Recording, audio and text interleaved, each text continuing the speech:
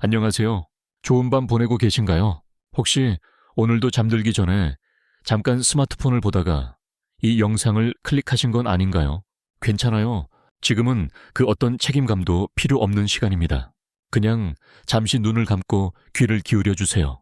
커튼을 닫고 불을 끄고 선풍기를 켠 채 이불 속에 누워 계시다면 완벽합니다. 밖은 이제 완연한 봄이죠. 벚꽃은 지고 연두빛이 짙은 초록으로 물들었어요. 따뜻한 햇살과 부드러운 바람이 마당 끝까지 스며드는 이 계절. 저는 늘 응급실을 먼저 떠올립니다. 왜 그런지 아세요? 봄은 노인들에게 그리 친절한 계절이 아닙니다. 어느새 조용히 홀로 남겨진 이들에게는 더더욱 그렇습니다. 지난주였어요. 응급실 당직이 있던 날. 그날따라 이상하게 환자 수가 많았습니다. 오후 늦게 구급차에 실려온 75세의 할머니 한 분이 계셨습니다. 겉보기엔 평범한 노인이었고 가족들은 어제까지만 해도 멀쩡하셨다고 말했습니다. 갑자기 쓰러지셨다고요. 하지만 제 눈에는 달랐어요. 그분의 몸은 이미 몇 년 전부터 천천히 무너지고 있었습니다. 아무도 몰랐을 뿐이죠. 알고 싶지 않았는지도 몰라요. 그날 이후로 그 할머니가 머릿속을 떠나지 않습니다. 정확히 말하면 그분의 외로움이요. 화면 너머로 이런 이야기를 듣고 있는 여러분 중에도 아마 누군가가 떠오를지도 모릅니다. 통계가 말해줍니다. 한국인의 평균 수명은 83세지만 85세까지 스스로 건강하게 살아가는 사람은 채 30%가 안 됩니다. 그 2년 겨우 24개월을 넘기지 못하고 주저앉는 겁니다. 왜일까요? 어디가 아픈 걸까요? 약은 잘 챙겨 먹고 병원도 다니고 식사도 하고 있는데 왜인지 몸이 점점 말라가고 기운이 빠지고 아침이 와도 개운하지 않은 이유는 무엇일까요? 저는 34년간 진료실에서 수많은 어르신들을 만났습니다. 그중에는 제게 조용히 이렇게 물어보는 분들도 있었어요. 근데 왜 이렇게 살기 힘든 건가요? 이 말이 아직도 귓가에 생생합니다. 이제는 분명히 말할 수 있습니다. 이들이 살기 힘든 이유는 단순히 병 때문만은 아닙니다. 우리는 지금 4가지의 조용한 적들과 싸우고 있어요. 그 적들은 이렇게 숨어 들어옵니다. 하루 종일 아무도 내게 말을 걸지 않는 고요 속에서, 만 걸음을 걸어도 점점 축 처지는 다리 속에서, 매일 먹는 약 한 알이 조금씩 뺏어가는 영양소 속에서, 그리고 밤새도록 자고도 늘 피곤한 그 아침 속에서요. 오늘 밤 저는 이 4가지 이야기를 여러분께 들려드리려 합니다. 그리고 그 안에서 우리가 할 수 있는 작은 변화들에 대해서도요. 그러니 너무 기대하기 전에 잠시 시간을 내어 영상의 좋아요를 누르고 구독하세요. 하지만 제가 여기서 하는 일을 정말 좋아할 때만 그렇습니다. 이건 저와 여러분 사이에 아주 느슨하고 인간적인 약속이에요. 그리고 댓글에 여러분이 지금 계신 위치와 시간을 남겨주세요. 48 이런 식으로요. 어디에서 이 밤을 함께하고 계신지 알고 싶거든요. 불을 끄고 편안한 소리를 들으며 선풍기를 켜고 오늘 밤의 여행을 시작해볼까요? 이제 우리가 마주할 첫 번째 이야기는 봄을 넘기지 못한 사람들의 이야기입니다. 얼마 전 병원에서 만난 김순자 할머니. 올해 18세였고 별다른 병도 없었지만 자꾸만 아프다며 병원을 찾으셨어요. 검사 결과도 말짱했고 복용 중인 약도 문제 없었습니다. 하지만 이상하게 몸이 힘들다고 호소하셨죠. 그 이유는 사람 때문이었습니다. 더 정확히 말하면 사람이 없었기 때문이죠. 남편은 몇 년 전에 돌아가셨고 자식들은 모두 멀리서 바쁘게 살고 있었어요. 하루 종일 말을 섞는 대상은 텔레비전 뉴스와 시계 초침뿐. 그렇게 매일이 쌓이고 한 해가 가고 또 계절이 몇 번 바뀌고 나면 몸은 말을 하기 시작합니다. 외롭다고요? 그 외로움은 단순한 감정이 아니라 호르몬이었습니다. 몸속에서 스트레스 호르몬인 코르티솔이 분비되기 시작하고 그 수치는 낮아지지 않았죠. 이 호르몬이 계속 분비되면 어떻게 될까요? 심장은 지치고 면역력은 떨어지고 기억은 흐릿해집니다. 그리고 결국 몸은 더 이상 못 버티겠어 하고 조용히 멈춰버리는 겁니다. 여러분은 오늘 하루 누구와 대화를 나누셨나요? 혹은 누군가의 따뜻한 손을 잡아본 적 있으신가요? 혹시 오늘 하루 종일 그저 화면만 바라보다가 조용히 끼니만 때우신 건 아닌가요? 우리 몸은 그런 삶을 오래 견디지 못합니다. 특히 나이가 들수록 더더운겨. 악어, 똥자외선 차단제 기억나세요? 옛날 사람들은 그것도 얼굴에 바를 만큼 생존의 진심이었습니다. 그에 비하면 지금 우리가 놓치고 있는 이 외로움이라는 위협은 어쩌면 더 치명적인지 모릅니다. 그러니까 오늘 밤엔 누군가에게 메시지 하나만 남겨보세요. 잘 지내. 단대 글자로도 누군가의 건강을 지킬 수 있는 인사입니다. 그리고 내일 아침에는 아주 짧은 산책을 하며 옆집 어르신께 안녕하세요라고 인사해보세요. 그 인사는 그분의 코르티솔 수치를 5%쯤 낮춰줄 수도 있습니다. 작은 말 한마디가 때로는 약보다 더 큰 힘을 가질 수 있다는 걸 오늘 밤 이 조용한 이야기 속에서 함께 알아가기로 해요. 조용한 집이 주는 평온함은 나이 들수록 간절한 선물 같기도 합니다. 하지만 그 고요가 너무 오래 지속되면 무언가가 서서히 굳어가기 시작하죠. 말 그대로 몸이 그리고 마음이 뿌옇게 굳어갑니다. 며칠 전 진료실에서 만난 또 다른 어르신이 생각납니다. 성함은 밝히지 않을게요. 대신 정희 할머니라고 해봅시다. 올해 80을 넘기셨고 늘 정갈한 모자를 쓰고 오시는 분이죠. 그날도 조용히 문을 열고 들어오시더니 말없이 제 앞에 앉으셨어요. 기록상으로는 건강에 큰 이상이 없었지만 제가 보기에 그날은 뭔가 다르더군요. 어깨의 기울기가, 손등의 긴장감이 마치 오랫동안 닫혀있던 창문 틈새로 스며든 먼지처럼 묘하게 무거웠어요. 제가 물었습니다. 식사는 잘 챙기고 계세요? 한참 뜸을 들이던 정희 할머니는 작게 대답하셨어요. 예, 그냥 대충요. 혼자 드시는 밥은 원래 대충이 되기 쉽습니다. 반찬 가짓수도 줄고 국은 어제 먹던 걸 두고 밥은 정희밥솥에 남은 걸 퍼내죠. 그러다 보면 어느 순간 식사가 아닌 행동이 됩니다. 영양을 위한 것이 아니라 그저 하루를 넘기기 위한 자동 반응. 혼자 드시는 식사에서 문제가 시작됩니다. 입맛이 줄고 씹는 횟수도 줄고 결국은 영양 흡수도 떨어지죠. 단백질 섭취는 줄고 수분 섭취도 덜하게 되고 몸의 회복력은 느리게 둔화됩니다. 그런데 더 큰 문제는 대화입니다. 식사보다 더 조용한 건 바로 말 없는 하루입니다. 정희 할머니는 하루의 말을 몇 마디나 하실까요? 집에 혼자 계시고 자식들은 바쁘고 동네 친구들도 아프거나 요양원에 가 계시고 그분의 하루는 텔레비전 속 아나운서의 말소리와 택배 기사님의 여기 두고 갈게요 뿐입니다. 언어는 근육입니다. 매일 써야 유지되고 써야 부드러워져요. 말을 하지 않으면 생각도 단어의 구조를 따라 흐르지 않게 됩니다. 그래서 대화를 하지 않는 시간은 단지 침묵이 아니라 뇌의 운영 중단이기도 해요. 하루 종일 말을 하지 않는 사람의 뇌는 신경 연결망이 약해지고 감정의 표현도 줄어들며 결국은 기억력 저하로 이어지기 시작합니다. 이건 단순한 감정 문제가 아니에요. 미국 존스 홉킨스 대학의 연구에 따르면 매일 말소리를 듣고 표현하는 노인들이 그렇지 않은 이들보다 인지기능 유지율이 25% 이상 높다고 밝혀졌습니다. 게다가 대화는 청각 건강과도 직결되어 있어요. 나이가 들수록 귀는 무뎌지는데 말을 주고받지 않으면 그 속도는 더욱 빨라집니다. 청력 저하는 곧 외부와의 단절이 되고 다시 고립의 악순환으로 이어지는 거죠. 정희 할머니와의 진료를 마칠 무렵 저는 조심스레 제안했습니다. 요즘 복지관에서 회화 프로그램을 하더라고요. 요가나 동화 읽기 수업도 있고요. 가보시면 어때요? 그분은 한참을 망설이셨어요. 아무래도 낯선 사람들과 섞이는 일이 쉽지 않으셨겠죠. 하지만 그날 이후 3번째 진료 때는 작은 변화가 생겼습니다. 책 소리 나는데 갔다 왔어요. 처음엔 아무 말도 못했는데 지금은 인사도 해요. 그 말을 들었을 때 저는 솔직히 조금 울컥했어요. 우리가 너무 쉽게 무시하고 지나치는 인사 하나가 그분에겐 생명의 실마리였거든요. 그러니까 우리는 집안의 고요함이 무섭다는 걸 잊지 말아야 해요. 누군가 말없이 지내는 하루는 단지 조용한 하루가 아니라 몸 안에서 무언가가 천천히 죽어가는 하루일 수도 있으니까요. 그렇다고 거창한 것을 하라는 말은 아닙니다. 당신이 요즘 자주 전화하지 못한 누군가에게 영상통화를 걸어보세요. 그 5분이 어쩌면 그 사람에게 이번 봄을 건너게 해주는 다리가 될 수도 있으니까요. 그리고 만약 당신 자신이 조용한 집 안에 있는 이라면 라디오라도 틀고 거울을 보며 아침 인사를 건네보세요. 잘 자고 일어났니? 이 말 한마디가 당신을 그날 하루의 주인으로 만들어줄지도 몰라요.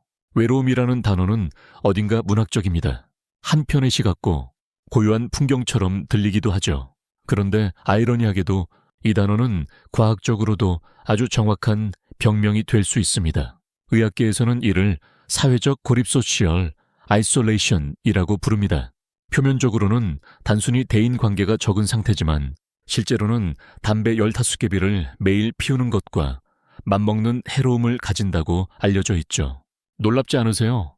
우리는 흡연의 위험성에 대해 귀에 딱지가 않도록 들어왔습니다. 뇌졸중, 하지만 외로움이 그런 위험 요소들과 동급이라는 이야기는 별로 들어본 적 없잖아요.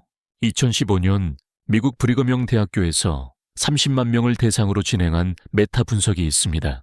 이 연구에서 사회적으로 고립된 사람은 그렇지 않은 사람에 비해 조기 사망 위험이 50% 이상 높다는 결과가 나왔어요. 운동 부족, 음주보다도 더 큰 영향력이었습니다. 왜 이런 일이 벌어질까요? 그 핵심에는 스트레스 호르몬, 코르티솔이 있습니다. 사람은 사회적 동물이기 때문에 고립되면 뇌는 위기로 인식합니다. 그러자 생존 모드가 작동하고 코르티솔이 분비되기 시작하죠. 코르티솔은 단기적으로는 좋은 호르몬입니다. 몸을 긴장시키고 외부 자극에 빠르게 반응하도록 도와주니까요. 하지만 장기간 지속되면 이야기가 달라집니다.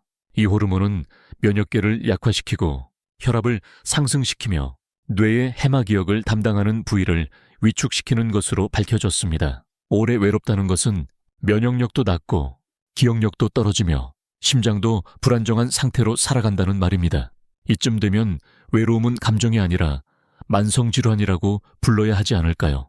제가 기억하는 또 다른 환자, 안동에 사시는 76세의 조순자 할머니가 계셨습니다. 이분은 약을 잘 챙겨 드시고 혈압과 혈당도 큰 문제는 없었어요. 하지만 병원에 오실 때마다 표정이 늘 얼어 있었습니다. 말수도 적고 질문에 대답도 짧았습니다. 괜찮아요. 그냥 좀 피곤해요. 그런데 어느 날 평소와 달리 입술을 꼭 깨문 채 말씀하시더군요. 선생님, 저는 진짜 아무하고도 말 안 하고 살아요. 딸도 바쁘고 친구는 다 떠났고 하루가 어떻게 가는지도 모르겠어요. 그 순간 저는 차트를 덮고 커피를 2잔 내려 가져왔습니다. 그렇게 20분 그냥 이야기를 들었습니다. 반복된 일상, 같은 드라마, 같은 반찬, 같은 날씨. 하지만 그 대화 이후 조순자 할머니는 조금씩 달라졌어요. 다음 내원 때는 빨간 스카프를 두르셨고 그 다음엔 요양원에서 봉사활동을 시작했다고 하시더군요. 그리고 3개월 후 혈압 수치가 눈에 띄게 안정되었고 수면의 질도 나아졌습니다. 그 원인이 뭐였을까요? 새 운동 프로그램, 그냥 말 한마디였습니다. 자기를 사람으로 느끼게 해준 그 몇 마디가 전부였어요. 심리학자 켈리 맥고니걸은 이런 말을 했습니다. 고립된 사람은 신체의 상처보다 감정의 상처에 더 오래 시달린다. 지금 이 영상 속에 있는 여러분도 혹시 조금 외롭진 않으신가요? 댓글창은 열려 있고 저는 이 목소리로 언제든 다시 여러분을 찾아올 수 있어요. 이 공간을, 이 순간을 당신만의 작은 연결고리로 만들어 보세요. 그리고 기억해 주세요.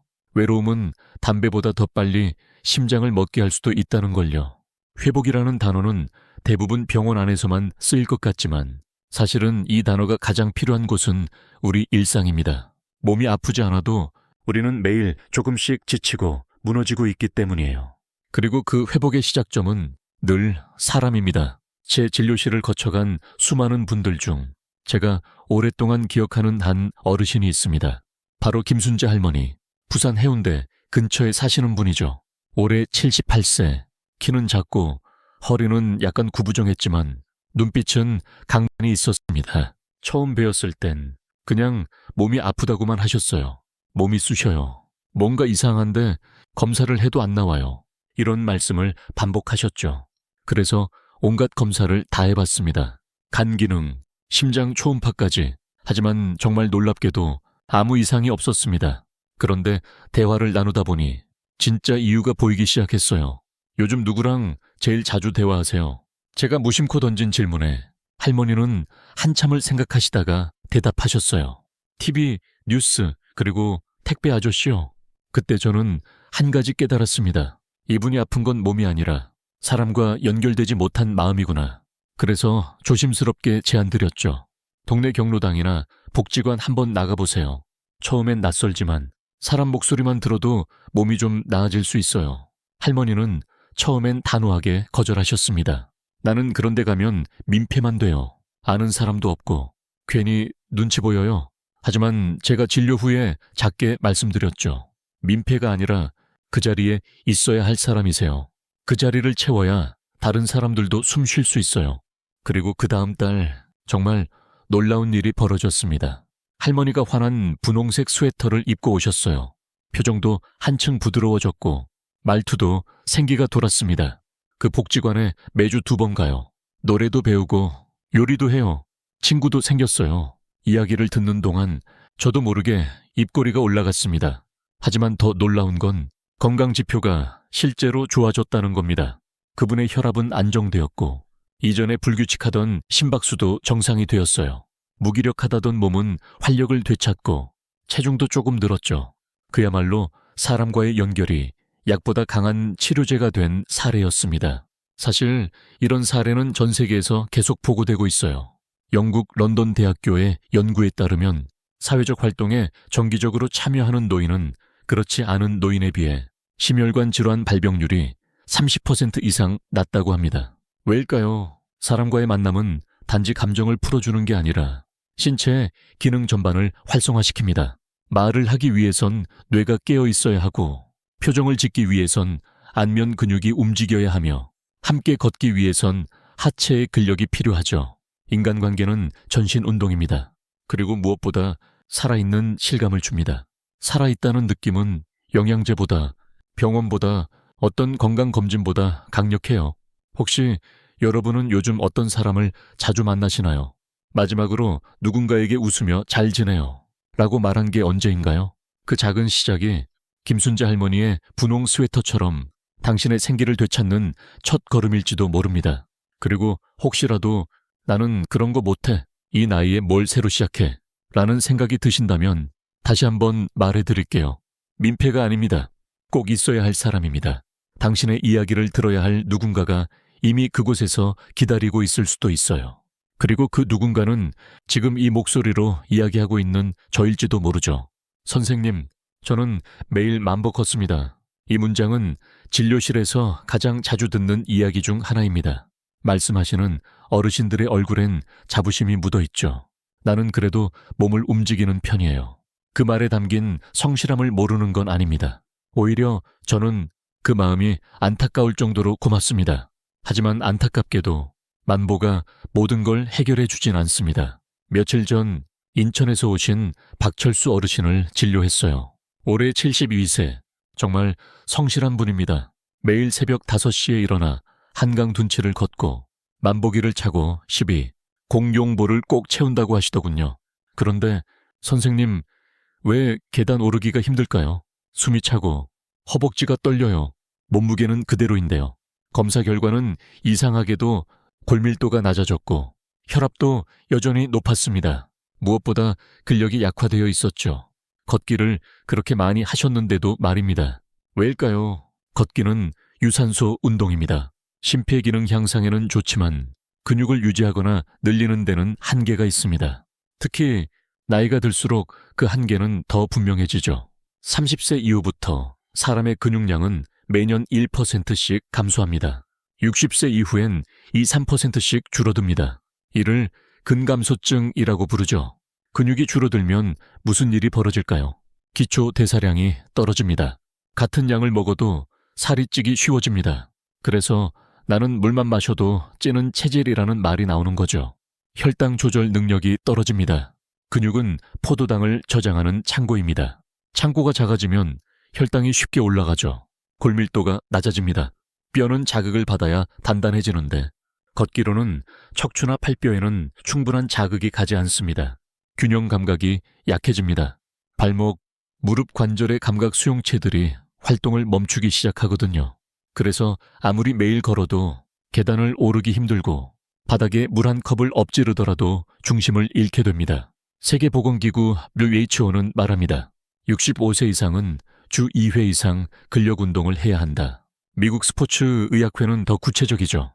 유산소 운동과 근력운동을 반드시 병행하라. 즉, 걷기만으로는 안 된다는 겁니다. 그렇다고 헬스장에 가서 기구를 들어야 한다는 건 아닙니다. 집에서도 가능합니다. 예를 들면 이런 것들이죠. 의자에서 일어났다. 앉기 스쿼트 변형, 벽에 손대고 푸시업하기, 양손에 생수병 들고 팔 들기, 계단 오르내리기 연습, 양말 벗었다, 신기 스트레칭. 박철수 어르신도 처음엔 망설이셨어요. 내가 지금 무슨 근육을 키워, 이 나이에 헬스맨 될 것도 아니고. 하지만 저는 말했죠. 근육은 근육 그 자체보다 그 안에 담긴 능력을 유지해주는 겁니다. 그 후 박 어르신은 걷기 운동은 유지하면서도 일주일에 3번은 20분씩 간단한 근력 운동을 하기로 하셨습니다. 그리고 3달 후 검진 결과가 놀랍게도 달라졌습니다. 계단 오를 때 숨차지 않음, 혈압 수치 안정, 골밀도 수치 개선, 몸이 단단해졌다는 본인의 체감 변화. 그날 그는 저에게 이렇게 말했어요. 선생님, 지금은 내 다리가 나를 받쳐준다는 느낌이 나요. 예전엔 그냥 쓰러지지만 않길 바랐는데 말이죠. 무엇이 이 차이를 만들었을까요? 바로 근력 운동이라는 조금 더 의식적인 움직임이었습니다. 걷는 것도 좋지만 그 걷기에 조금 더 의도를 담아보세요. 발끝을 올려 걷는다거나 계단을 한 번 더 올라본다거나 매일 아침 의자에서 10번만 더 일어났다 앉아본다거나 몸은 그 조금을 정확히 기억합니다. 그리고 그 조금이 어느 날 당신을 지탱해주는 기적의 뿌리가 됩니다. 나이가 들어서 그런 거지 몸이 좀 무거워도 손에 힘이 빠져도 그냥 그런 거라고 넘기게 되죠.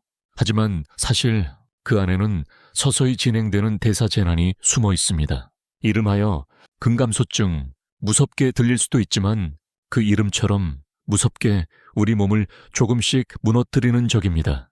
많은 분들이 병원에 오셔서 이렇게 말씀하세요. 선생님, 요즘 왜 이렇게 허벅지가 약해졌는지 모르겠어요. 젓가락질이 힘들어요. 계단 내려올 때 무릎이 후들거려요. 그리고 대부분은 그걸 그냥 노화의 일부로 여깁니다. 물론 나이 들면 변화는 불가피합니다. 하지만 자연스러운 것과 방치해도 되는 것은 다릅니다. 근육은 30세 이후부터 매년 1%씩 줄어들고 65세가 넘으면 2~3%씩 줄어드는 가속이 붙습니다. 그게 어떤 의미일까요? 당신이 30세에 비해 지금 70세라면 이미 근육의 40%가 사라졌다는 뜻입니다. 더 무서운 건 이 근육 감소가 단순히 힘이 약해지는 게 아니라 몸의 전 시스템을 망가뜨리는 출발점이라는 겁니다. 왜냐고요? 당뇨병 위험 증가. 근육은 혈당을 저장하고 사용하는 데 가장 중요한 조직입니다. 창고가 사라지면 당은 혈관 속을 떠돌게 되죠. 그래서 운동도 열심히 했는데 공복 혈당이 높게 나오는 겁니다. 체중 증가. 나는 옛날보다 적게 먹는데도 살이 찌는 것 같아. 맞는 말입니다. 근육이 줄면 기초 대사량도 줄어들기 때문에 예전과 같은 식사량으로도 쉽게 체중이 늘어나죠. 심혈관 질환 위험. 심장은 근육 덩어리입니다. 몸 전체의 근육 상태가 나쁘면 심장 역시 효율적으로 작동하지 못합니다. 낙상과 골절 위험. 근육이 줄면 균형 감각도 떨어집니다. 그리고 뼈는 사용하지 않으면 약해지죠. 근육이 뼈를 자극하지 않으면 골다공증은 가속화됩니다. 그 결과 한 번의 낙상으로 인생의 궤도가 바뀔 수도 있습니다. 실제로 서울의 한 대학병원 연구에 따르면 65세 이상 낙상 환자의 30%는 6개월 이내에 재활 불가능한 상태에 이른다고 합니다. 저는 이 수치를 볼 때마다 마음이 서늘해집니다. 근육은 단지 힘의 문제가 아닙니다. 존엄의 문제입니다. 혼자 일어설 수 있는가? 혼자 화장실을 갈 수 있는가? 누군가의 도움 없이 하루를 살아갈 수 있는가? 그 모든 기초는 근육 위에 세워져 있습니다. 제가 진료 중 만난 74세의 한 남성분이 떠오릅니다. 성함은 밝히지 않겠습니다. 오래도록 식당을 운영하셨고 정정한 편이었지만 최근 몇 달 사이에 손에 힘이 빠지고 젓가락질이 힘들어졌다고 하셨어요. 검사 결과 단백질 섭취 부족과 함께 전신 근감소가 시작된 상태였죠. 그분은 이렇게 말씀하셨어요. 젊을 땐 근육이 무거운 짐 같았는데 지금은 그 무게가 내 삶을 버티게 해주는 돌덩이더라고요. 그래서 우리가 지금이라도 해야 할 일은 근육의 소멸을 당연히 받아들이지 않는 것입니다. 그렇다고 헬스를 다니란 건 아닙니다. 아주 간단한 습관만으로도 이 흐름을 늦출 수 있어요. 예를 들어 양치하기 전에 10번 무릎 굽히기, TV 광고 시간 동안 의자에서 일어나 앉기, 식사 후 양손에 500ml 물병 들고 팔 굽히기, 계단은 최소 한 층은 걸어 올라가기, 작은 반복이 큰 회복을 만듭니다. 그리고 기억해 주세요. 근육은 나이와 상관없이 회복할 수 있는 유일한 조직입니다. 뼈는 회복이 어렵고 피부는 복원이 느리지만 근육은 70세에도 80세에도 자극만 주면 반응합니다. 이건 과학입니다. 캐나다 브리티시 컬럼비아 대학 연구팀은 80세 이상 노인을 대상으로 한 연구에서 8주간의 근력 자극 운동으로 평균 15% 이상의 근육량 회복을 보였다고 밝혔습니다. 그러니 내일 아침 몸이 무겁다면 이렇게 생각하세요.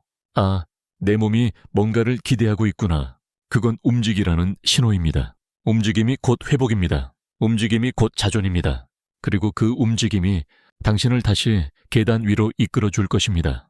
낙상사고는 그냥 넘어졌다는 말로 끝나지 않습니다. 어떤 이들에게는 그 한 번에 넘어진 순간이 걷던 사람을 눕게 만들고 말하던 사람을 조용히 만들며 밥을 먹던 사람을 누군가의 도움에 의지하게 만듭니다. 겨우 한 번 넘어졌다고 그 정도예요. 진료실에서 종종 듣는 질문입니다. 그리고 그럴 때마다 저는 천천히 그러나 확실히 설명합니다. 그 한 번이 사실은 천천히 무너져온 균형 감각의 결과라고요. 생각해 보세요. 우리가 걷는다는 건 단순한 일이 아닙니다. 두 발이 바닥과 끊임없이 정보를 주고받고 발목과 무릎, 고관절이 각자의 타이밍을 맞추며 움직이고 눈은 주변을 살피고 귓속의 뇌는 중심을 잡기 위해 끊임없이 작은 반응을 조절합니다. 이 모든 과정을 우리는 단 몇 초 안에 아무렇지 않게 걷기라는 이름으로 해내는 거죠. 하지만 나이가 들면 이 정교한 합주가 조금씩 삐걱거립니다. 먼저 뇌 기능이 약해집니다.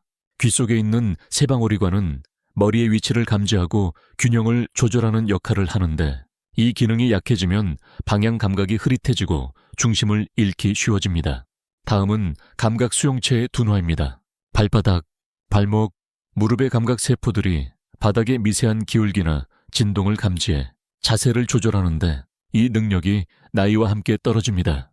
그리고 마지막으로 근육의 반응 속도가 느려집니다. 넘어지기 직전 순간 젊은 사람은 반사적으로 손을 짚거나 발을 움직이지만 노년의 몸은 움직여야 한다는 뇌의 지시를 받는데도 시간이 더 걸립니다. 결과는 뻔하죠. 어깨, 엉덩이, 척추골절, 그리고 그 이유는 잘 아시죠? 몇 주 동안의 병원 생활, 기력의 저하, 침대에 오래 누워 생기는 폐렴, 욕창, 우울감. 그래서 균형 감각은 단순한 걷기 기술이 아니라 독립적인 삶을 유지하는 가장 기초적인 능력입니다. 저는 이 문제를 가장 심각하게 경험했던 한 분을 기억합니다. 정선에 사시는 81세의 유기열 어르신. 그분은 봄날 마당에서 고양이 밥을 주다가 작은 턱에 걸려 앞으로 넘어졌습니다. 그 한 번의 낙상으로 엉덩이뼈 골절, 수술 후 6주간 병상에 누워 계셨고 그 사이 식욕이 사라지고 기력이 급속도로 떨어졌죠. 다행히도 재활 의지가 강하셔서 회복하셨지만 그분이 하신 말씀이 아직도 귀에 맴돕니다. 그전엔 그냥 걷는 게 걷는 거였는데 지금은 걸을 수 있다는 게 은혜야. 그렇다면 어떻게 균형 감각을 지킬 수 있을까요? 첫째, 단순한 평지 걷기만으론 부족합니다. 우리는 다양한 방향, 다양한 자극 속에서 균형을 잡는 훈련을 해야 합니다. 다음은 집에서도 할 수 있는 간단한 연습들입니다. 양말 신고방 안에서 천천히 뒤로 걷기, 한 발로 10초 동안 서 있기 양손은 벽에 닿게 해도 좋습니다. 눈을 감고 의자에 앉았다 일어서기, 실내 슬리퍼 대신 바닥을 잘 잡는 운동화 신기, 양말 벗고 발가락으로 수건 끌어당기기, 이런 동작들이 어르신들의 발바닥 감각, 고관절 반응, 그리고 무엇보다 자신에 대한 감각을 되살려줍니다. 많은 분들이 나는 균형 감각이 나빠졌어요 라고 말씀하시지만 실은 훈련하지 않았을 뿐입니다. 근육도 감각도 뇌의 반사도 쓰지 않으면 퇴화하지만 계속 자극을 주면 살아납니다. 균형 감각은 타고나는 게 아니라 매일매일 훈련되는 능력입니다. 지금 이 순간 의자에 앉아 계시다면 양손을 의자 양쪽에 두고 천천히 일어나 3초간 한 발로 서보세요. 넘어지지 않게 조심하시고 벽이나 가구에 손을 살짝 대셔도 괜찮아요. 그 동작 하나가 앞으로의 수년을 바꿀 수 있는 시작이 될 수 있습니다. 나는 걷는다. 고루 건강하다. 이 말을 진심으로 믿는 분들이 많습니다. 그리고 사실 그 말에는 많은 진실이 담겨 있죠. 걷는 건 분명 건강에 좋은 운동입니다. 심장에도 좋고 폐기능에도 좋고 기분도 전환되고 저도 매일 산책을 합니다. 그런데도 저는 이렇게 말합니다. 걷기만으론 부족합니다. 왜일까요? 그 이유는 운동 생리학에서 말하는 과부하의 원리 때문입니다. 근육은 그저 움직이는 것만으로는 성장하지 않습니다. 익숙한 자극에는 반응하지 않죠. 다시 말해 어제와 같은 강도, 같은 시간, 같은 리듬으로 하는 걷기는 처음엔 효과가 있을지 몰라도 2주, 3주 지나면 더 이상 근육에 새로운 메시지를 전달하지 못합니다. 근육은 게으른 조직입니다. 이만하면 됐어라고 느끼는 순간 성장을 멈춥니다. 그러면 어떻게 해야 할까요? 아주 간단합니다. 조금 더 무겁게, 조금 더 불편하게. 예를 들면 이런 식입니다. 걷는 중간에 1분 동안 빠르게 걷기. 평소보다 심박수를 올려 자극, 작은 아령이나 생수병을 들고 걷기. 상체에도 부담을 줘서 신진대사 유도, 경사길을 선택하기. 하체 근력 자극, 계단을 일부러 오르기, 종아리와 허벅지 근육 강화, 10분마다 멈춰 스쿼트 하소 번 하기, 근육을 깜짝 놀라게 하는 비법. 이것들이 바로 과부하의 원리입니다. 여기서 중요한 건 무리하라는 게 아니라 익숙함에서 살짝 벗어나라는 것입니다.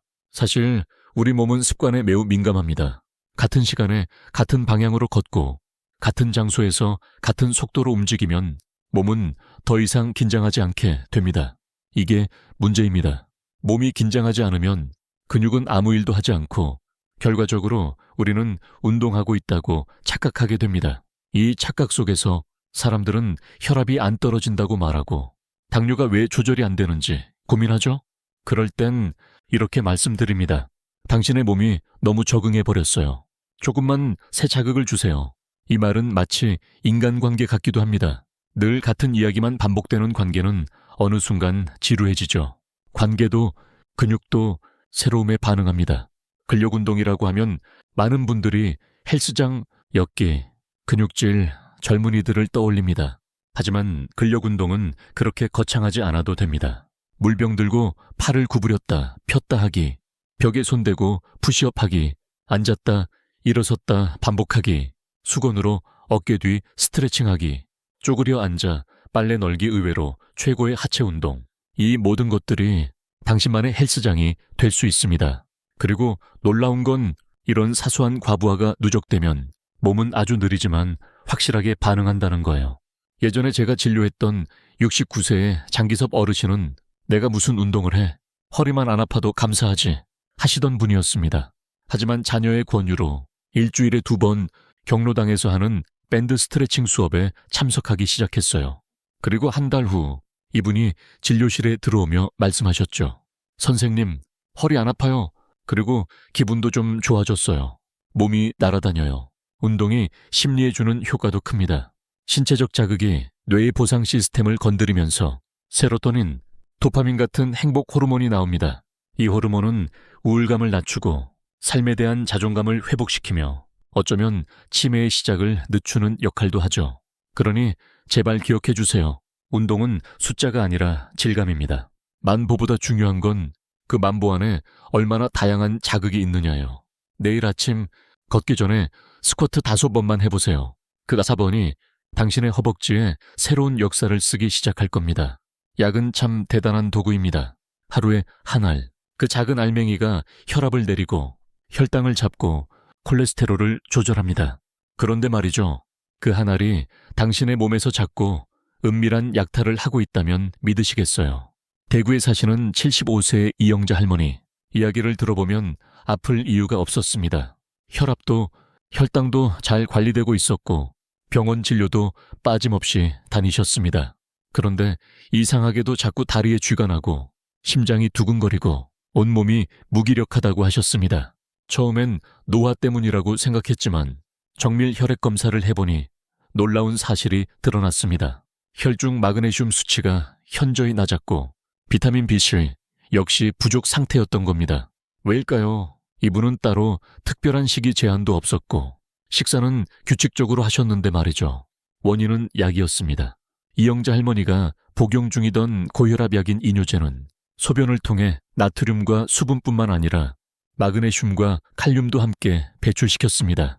또한 당뇨 조절을 위해 드시던 메트포르민은 장에서 비타민 B 실무의 흡수를 방해하는 작용이 있었죠. 이쯤에서 잠깐 한번 생각해 볼까요? 당신이 매일 복용하는 약은 과연 나의 건강만을 위한 선물일까요? 사실 많은 약들이 의도치 않은 대가를 요구합니다. 우리는 그걸 부작용이라고 부르지만 정확히 말하면 영양소 고갈이라는 생리학적 반응이기도 합니다. 대표적인 약물과 그 영향은 다음과 같습니다. 이뇨제, 고혈압 치료에 널리 쓰이며 소변을 통해 칼륨, 마그네슘 등을 함께 배출합니다. 결과적으로 근육 경련, 피로, 심장 부정맥 등이 나타날 수 있습니다. 메트포르민, 당뇨병 치료제, 장내벽을 변화시켜 비타민 B1C 흡수를 감소시킵니다.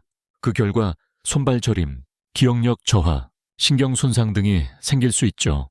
스타틴 계열 약물, 콜레스테롤을 낮추는 데 사용되며 동시에 코엔자임 Q10의 생성을 억제합니다. 이 성분은 에너지 생산에 필수적인데 부족하면 근육통, 피로, 심장 기능, 저하가 생깁니다.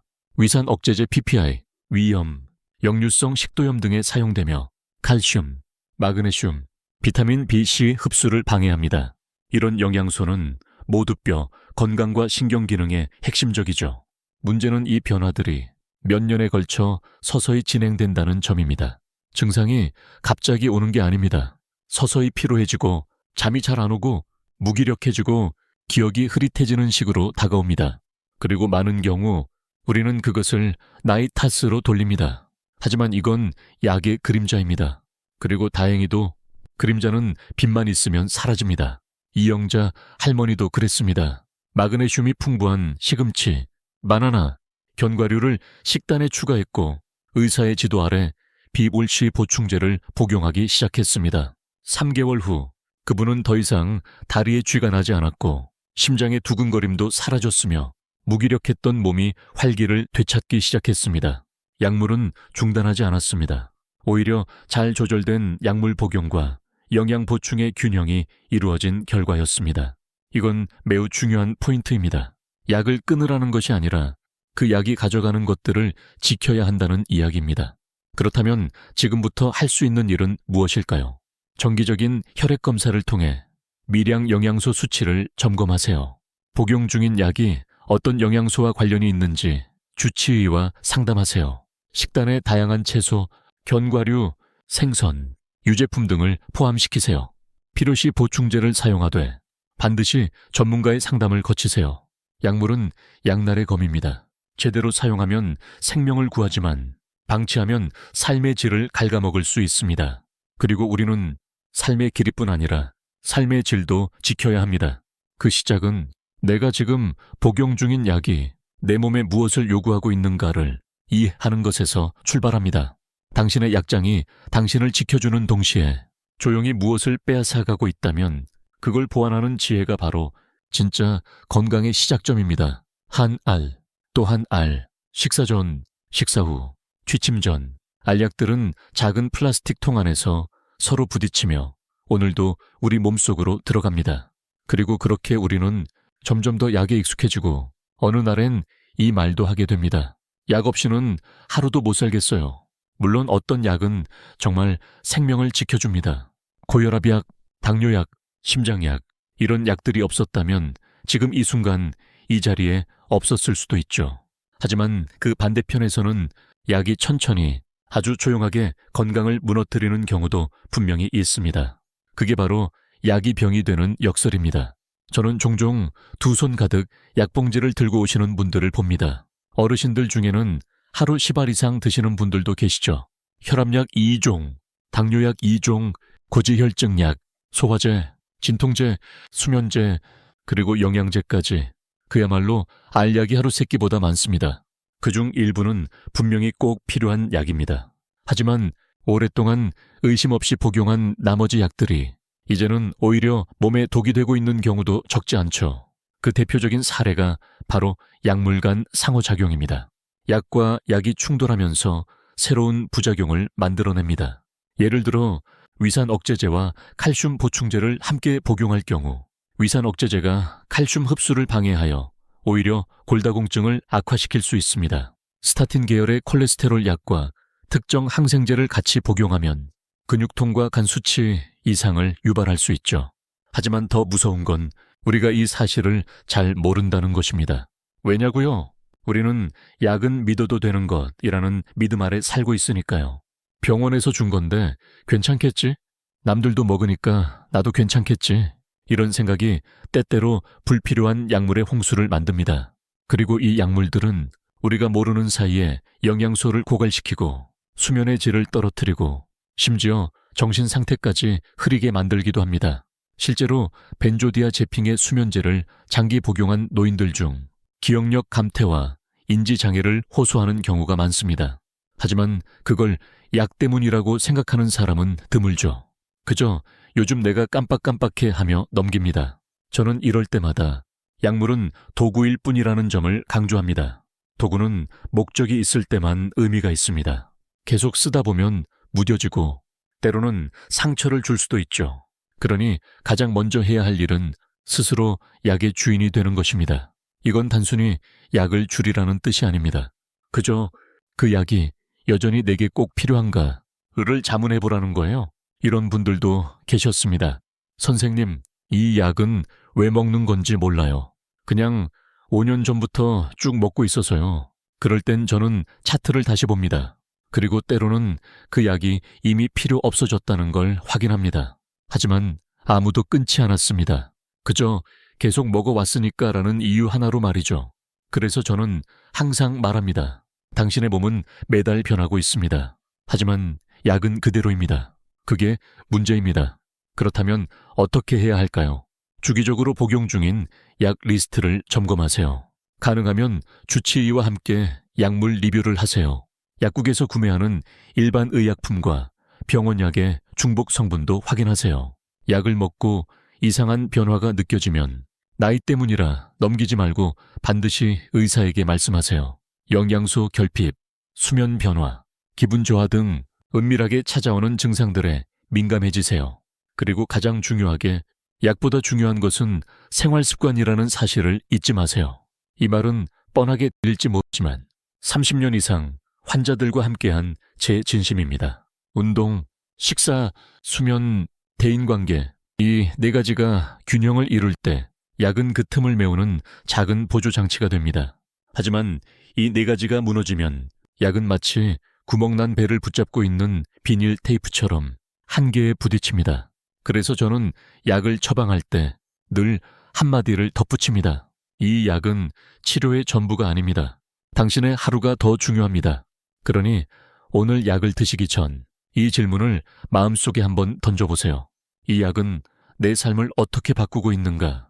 그리고 그 질문의 답을 찾기 시작하는 순간 당신은 약의 노예가 아닌 진짜 건강의 주인이 되어가고 있는 겁니다. 당신이 지금 들고 있는 그 작은 알약 하나, 몸을 살리기 위해 만든 것이지만 그 알약이 아주 조금씩 당신의 몸속에서 중요한 영양소를 빼앗아 간다는 걸 아는 사람은 드뭅니다. 그리고 그 부족한 영양소를 다시 채워주는 일, 그건 꼭 비싼 보충제를 먹는 것만이 아닙니다.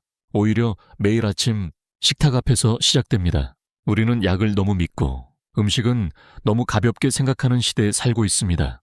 하지만 예로부터 음식은 곧 약이었죠. 약식동원 여시 통윤이라는 말, 동양의학뿐 아니라 현대의학에서도 점점 주목하고 있습니다. 우선 이뇨제를 복용하시는 분들을 생각해 볼게요. 이 약은 수분과 함께 칼륨과 마그네슘을 몸 밖으로 배출시킵니다. 그리고 이 두 가지가 부족하면 어떤 일이 생길까요? 다리에 쥐가 자주 납니다. 심장이 불규칙하게 뜁니다. 잠이 잘 안 옵니다. 기운이 쉽게 빠지고 작은 일에도 짜증이 납니다. 이때 필요한 음식은 의외로 평범합니다. 바나나 1개, 삶은 시금치 1접시, 아몬드 실알, 아보카도 반쪽, 고구마 작은 것 하나. 이건 약이 아니라 매일의 회복을 위한 음식입니다. 당뇨병으로 메트포르민을 복용하시는 분들은 어떨까요? 이 약은 위장에서 비타민 B5일치 흡수를 방해합니다. 이 비타민이 부족하면 손발 저림, 집중력 저하, 기억력 감퇴까지 나타날 수 있습니다. 이럴 땐 어떻게 보완할 수 있을까요? 삶은 달걀 1개, 쇠간을 약간만 구워 먹기, 참치 통조림, 저지방 우유 1컵, 김 1장 조금씩 식단에 포함시켜 보세요. 이 작은 식재료들이 당신의 신경계를 천천히 회복시켜 줄 거예요. 그리고 고지혈증 치료제인 스타틴 계열 약물을 복용하시는 분들, 이 약은 코엔자임 Q10이라는 항산화 성분의 생성을 억제합니다. 이 물질은 우리가 에너지를 생산하고 심장을 튼튼하게 유지하는 데 필수적이죠. 그래서 이런 분들께 추천하고 싶은 음식은 등푸른 생선 고등어, 연어, 정어리 등 올리브유 1스푼, 시금치, 브로콜리, 견과류, 특히 호두, 캐슈넛, 콩류, 특히 두부나 삶은 병아리콩. 혹시 좀 부담스럽다면 한 가지씩만 바꿔보세요. 밥 위에 김 1장, 오전 간식 대신 바나나 1개, 샐러드에 올리브유 몇 방울. 그 작은 변화들이 당신의 세포 하나하나를 다시 깨우기 시작합니다. 또 하나, 위산 억제제를 오래 복용하시는 분들은 꼭 주의하세요. 위산이 줄면 칼슘, 마그네슘, 비타민 B12의 흡수율 자체가 감소합니다. 이건 단순한 소화 문제를 넘어서 골다공증, 빈혈, 신경질환으로 이어질 수 있죠. 이런 경우에는 유제품 치즈, 우유, 요거트, 멸치나 뼈째 먹는 생선, 짙은 녹색 IP 채소 케일, 근대 등 바질이나 파슬리 같은 허브, 통밀빵이나 귀리죽, 이런 음식을 식단에 자연스럽게 스며들게 해보세요. 그리고 가능하다면 식사 시간에 너무 빨리 먹지 말고 하루 한 번은 누군가와 대화하면서 드셔보세요. 음식은 몸만 아니라 마음도 회복시키는 도구입니다. 제가 진료하던 77세의 여성 환자 한 분이 계십니다. 매일 끼니를 챙기긴 했지만 늘 그냥 입에 뭔가를 넣는 수준이었죠. 그러다 어느 날 복지관에서 요리교실에 참여하셨습니다. 선생님, 요리해서 먹으니까 좀 다른 기분이에요. 그냥 밥이 아니라 뭔가 내 몸에 들어가는 느낌이에요. 그 말이 얼마나 인상 깊었는지 모릅니다. 그분은 더 이상 약만으로 버티는 삶이 아니라 음식으로 스스로를 돌보는 삶을 살고 계셨던 겁니다. 여러분도 오늘 저녁부터 시도해보세요. 물 한 잔 대신 마그네슘이 풍부한 미네랄 워터, 백미 대신 잡곡밥, 김치찌개 대신 된장국, 패스트푸드 대신 제철나물, 그리고 그 위에 작은 한 숟가락의 정성을 얻는 겁니다. 그게 곧 약이 빼앗아간 것들을 천천히 다시 되찾는 현명한 식탁이 되는 거죠. 나는 매일 8시간은 자요. 밤 10시에 자서 아침 6시에 일어납니다. 이렇게 말씀하시는 어르신들을 진료실에서 자주 만납니다. 그러면 저는 다시 조심스럽게 묻습니다. 그 8시간 중에 몇 시간이나 푹 주무시나요? 이 질문을 받으면 대부분의 얼굴이 조금 흐려집니다.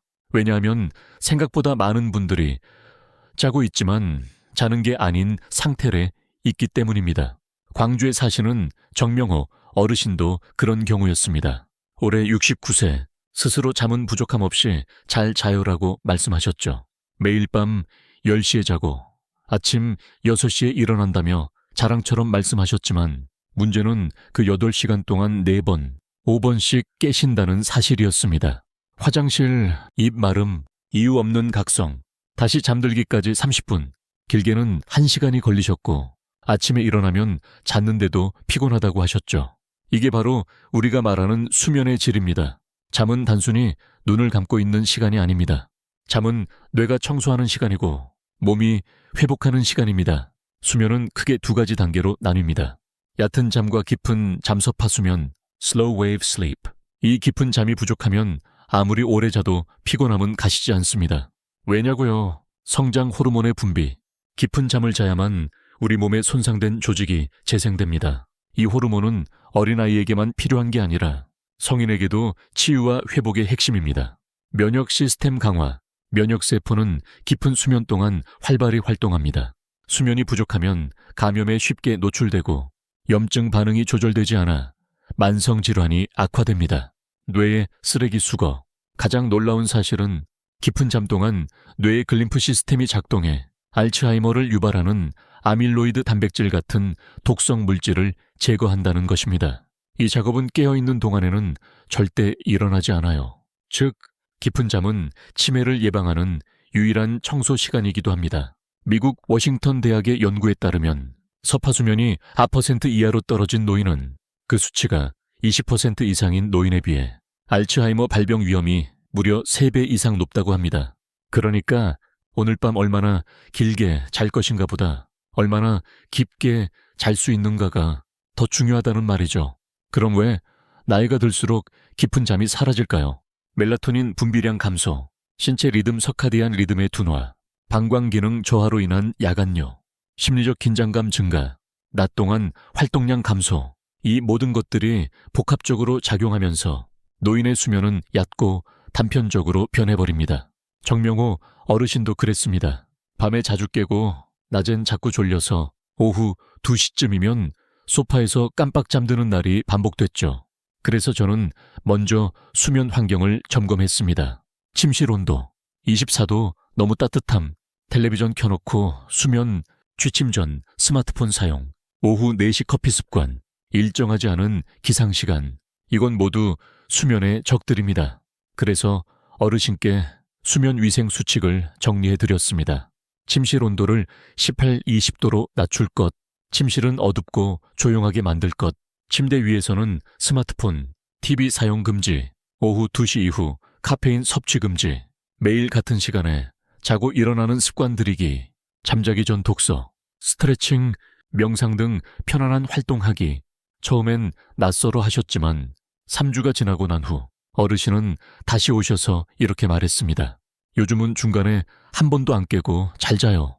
아침에 일어나도 개운해요. 그리고 낮잠 생각이 안 나요. 이 작은 변화가 가져온 영향은 어마어마했습니다. 혈압이 안정되었고 식사량이 늘었으며 기분도 한층 밝아졌습니다. 이건 단순히 숙면이 아니라 삶 전체의 회복이었습니다. 여러분은 오늘 밤 어떤 잠을 계획하고 계신가요? 눈을 감는 것만으로 자고 있다고 착각하지 마세요. 그 안에 깊이와 질감이 있어야 몸이 진짜로 재생됩니다. 수면은 건강을 위한 비밀의 방입니다. 그 안에 들어가는 방법은 누구나 갖고 있지만 문을 여는 열쇠는 스스로 만들어야 하죠.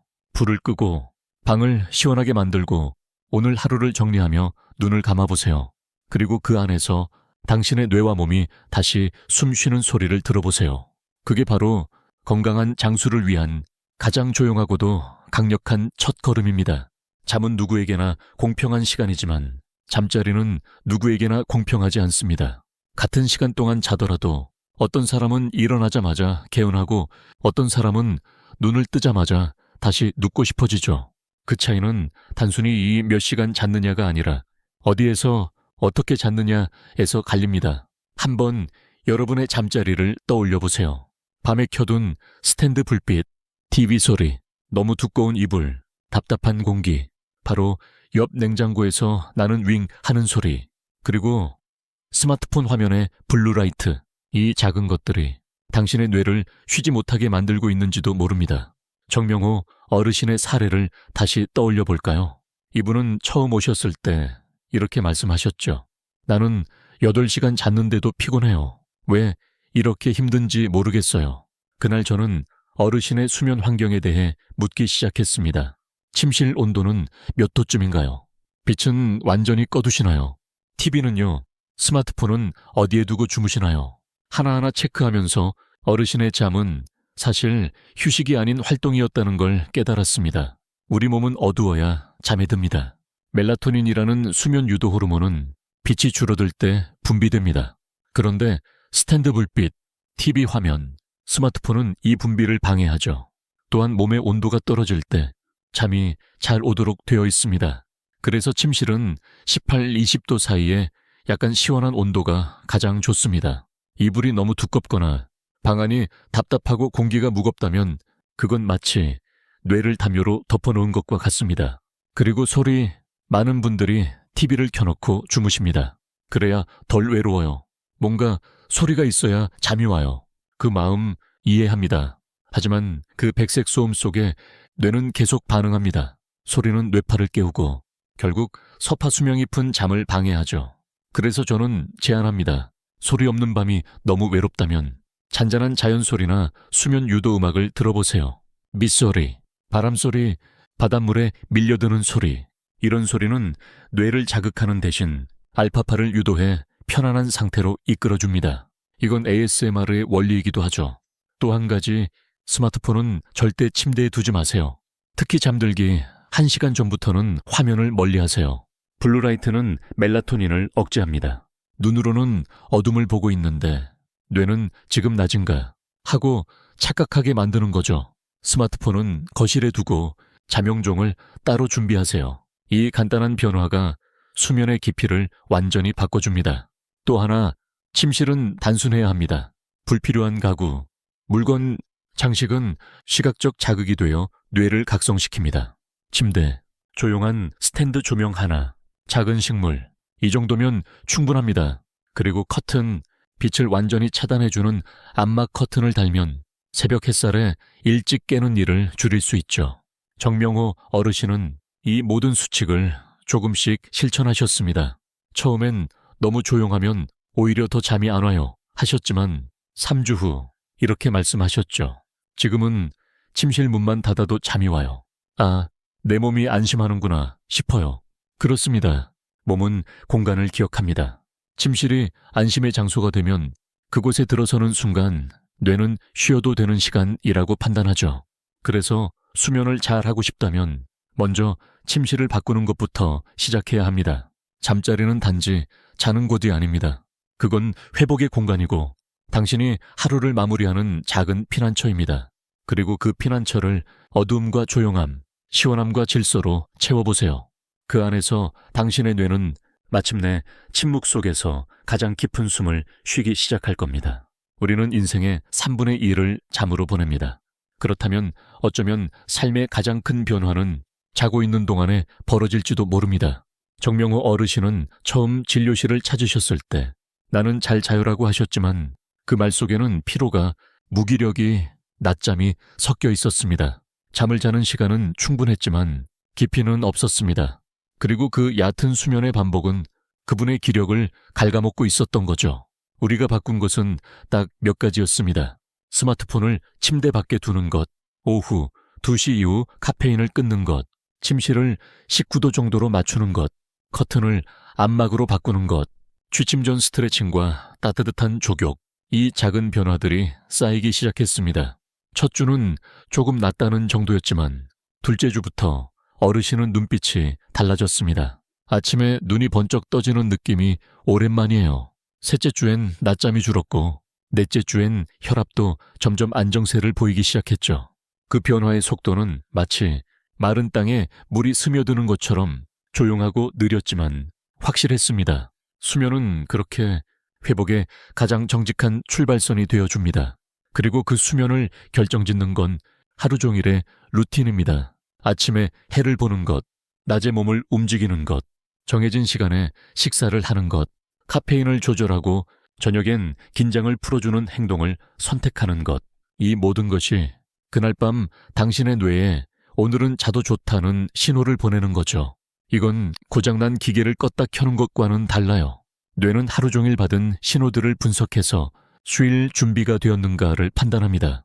그러니 수면이 망가졌다면 그건 밤의 문제가 아니라 낮의 리듬이 깨졌다는 신호입니다. 한번 진료실에 오셨던 82세의 여성분은 저는 원래 잠이 없어요라고 단언하셨습니다. 그 말이 얼마나 슬프던지요. 잠이 없다는 건 사실 몸이 계속 경계하고 있다는 뜻입니다. 쉴 틈을 잃은 채 살아왔다는 그 누구도 완전히 안심시켜주지 못했다는 증거입니다. 그래서 저는 말합니다. 잠은 타고나는 게 아니라 배워야 하고 길들여야 합니다. 습관은 처음엔 낯설고 다음엔 귀찮고 그 다음엔 필요 없어 보이지만 결국엔 우리 몸이 가장 먼저 반응하는 언어가 됩니다. 정명호 어르신은 그걸 몸으로 증명해 주셨어요. 지금은 매일 저녁 9시 반이면 스트레칭 매트를 펴고 허브차를 마시며 라디오를 들으십니다. 그리고 10시가 되면 조용히 불을 끄고 침대에 눕죠. 그의 말이 인상 깊었습니다. 예전에는 낮에 시간을 죽였는데 이젠 하루가 살아있는 느낌이에요. 삶이 바뀌는 건 결코 거창한 이벤트 때문만은 아닙니다. 반복되는 하루의 리듬을 조금만 바꿔도 삶은 완전히 다른 색으로 물들기 시작합니다.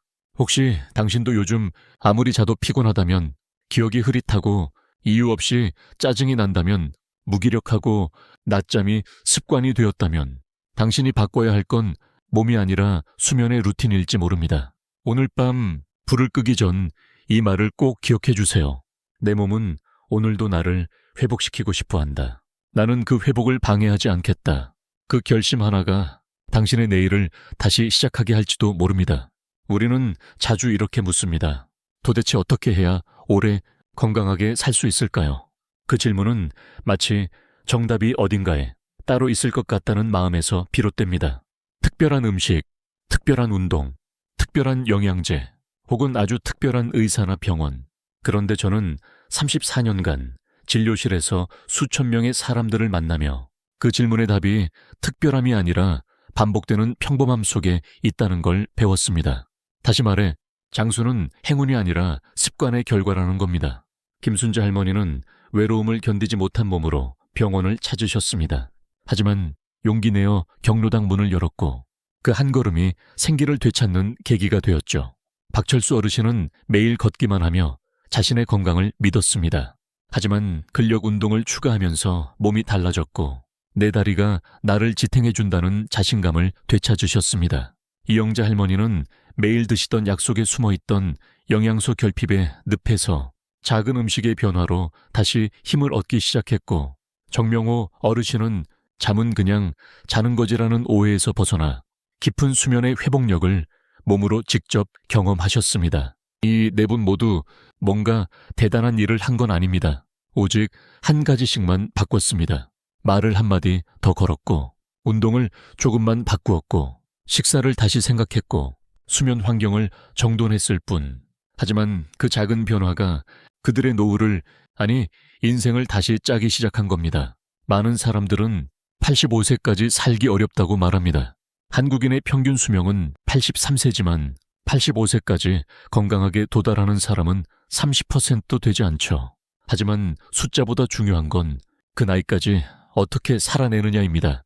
몸이 아픈 채 말없이 하루하루를 견디며 사는 것과 기운차게 걷고 누군가와 웃으며 식사하고 스스로 침대에서 일어나는 삶은 완전히 다릅니다. 그리고 그 차이를 만드는 건 절대 거창한 계획이 아닙니다. 지금 이 순간에 아주 작은 선택들, 내가 오늘 한 걸음 더 걸었는지, 누군가에게 안부를 묻고 미소를 지었는지, 식탁 위 반찬을 하나 바꾸었는지, 침실의 조도를 조금 낮췄는지, 그런 아주 작은 것들이 내일을 조금 더 편하게 만들고 모레를 조금 더 견디게 만들고 그 다음을 살게 해줍니다. 이건 마치 도자기를 구울 때 눈에 보이지 않는 0, 1도 차이로 결과물이 전혀 다르게 나오는 것과 비슷합니다. 사람의 몸도 그렇습니다. 이쯤이야 하는 0, 1도의 차이가 5년 뒤, 10년 뒤에는 전혀 다른 방향으로 삶을 이끌죠. 혹시 지금 이 영상을 들으며 누워 계신가요? 당신도 오늘 하루 많은 선택을 하셨을 겁니다. 어떤 것은 본능처럼, 어떤 것은 무심코, 또 어떤 것은 누군가의 말을 떠올리며, 그리고 지금 이 순간 당신은 다시 하나의 선택 앞에 서 있습니다. 그건 바로 당신 자신을 위해 아주 작은 무언가를 바꿔보겠다는 다짐입니다. 내일부터가 아니라 오늘 밤부터, 예를 들어 잠들기 전 스마트폰 대신 창밖 바람 소리에 귀 기울여 보기, 내일 아침 거울을 보며 잘 잤니? 라고 말해보기, 점심 메뉴에 나물 하나 더 얹어보기, 마트에서 바나나 한 송이 집어오기, TV 대신 라디오를 틀고 저녁 준비하기. 그 작은 움직임들이 쌓이면 언젠가 당신은 예전보다 내가 좀 괜찮아졌다고 느끼게 될 겁니다. 그리고 그 느낌은 정확히 당신이 85세를 넘기는 열쇠가 될 겁니다. 오늘 밤 우리는 아주 조용한 진실들을 마주했습니다. 왜 어떤 사람들은 85세의 문턱을 넘지 못하는가? 그 질문은 단순한 통계가 아니라 우리 모두가 언젠가는 마주할 삶의 경계이기도 합니다. 사회적 고립, 말수가 줄고 식탁이 혼자만의 공간이 되어갈 때 우리의 뇌와 심장은 천천히 고립되어 갑니다. 하루 한마디의 인사가 때로는 한 사람의 생명을 바꾸는 기적이 됩니다. 운동에 대한 오해, 아무리 많이 걸어도 근육은 빠져나가고 균형 감각은 무너집니다. 걷기만으론 부족하다는 말이 결코 나쁜 게 아닙니다. 당신의 몸은 조금 더 나은 자극을 원합니다. 약이 가져가는 것들, 혈압을 낮추는 대신 마그네슘을 빼앗고 혈당을 조절하면서 B12를 놓치게 합니다. 그래서 우리는 매일 식탁에서 스스로를 다시 회복시켜야 합니다. 그리고 무엇보다 수면은 치료입니다. 깊은 잠은 몸과 뇌를 치유하는 시간이며 그 문을 여는 건 침실의 온도, 조명, 소리, 아주 작은 것들입니다. 결국 건강한 장수는 어디 멀리 있는 비법이 아니라 오늘의 사소한 선택 하나에 달려 있습니다. 말 한마디, 계단 오르기 한 번, 만찬 하나, 불을 끄는 시간 30분 앞당기기. 그 작은 변화들이 쌓여 당신을 더 오래, 더 생기 있게 살게 해줄 것입니다. 오늘도 함께 해주셔서 감사합니다. 좋은 밤 되세요.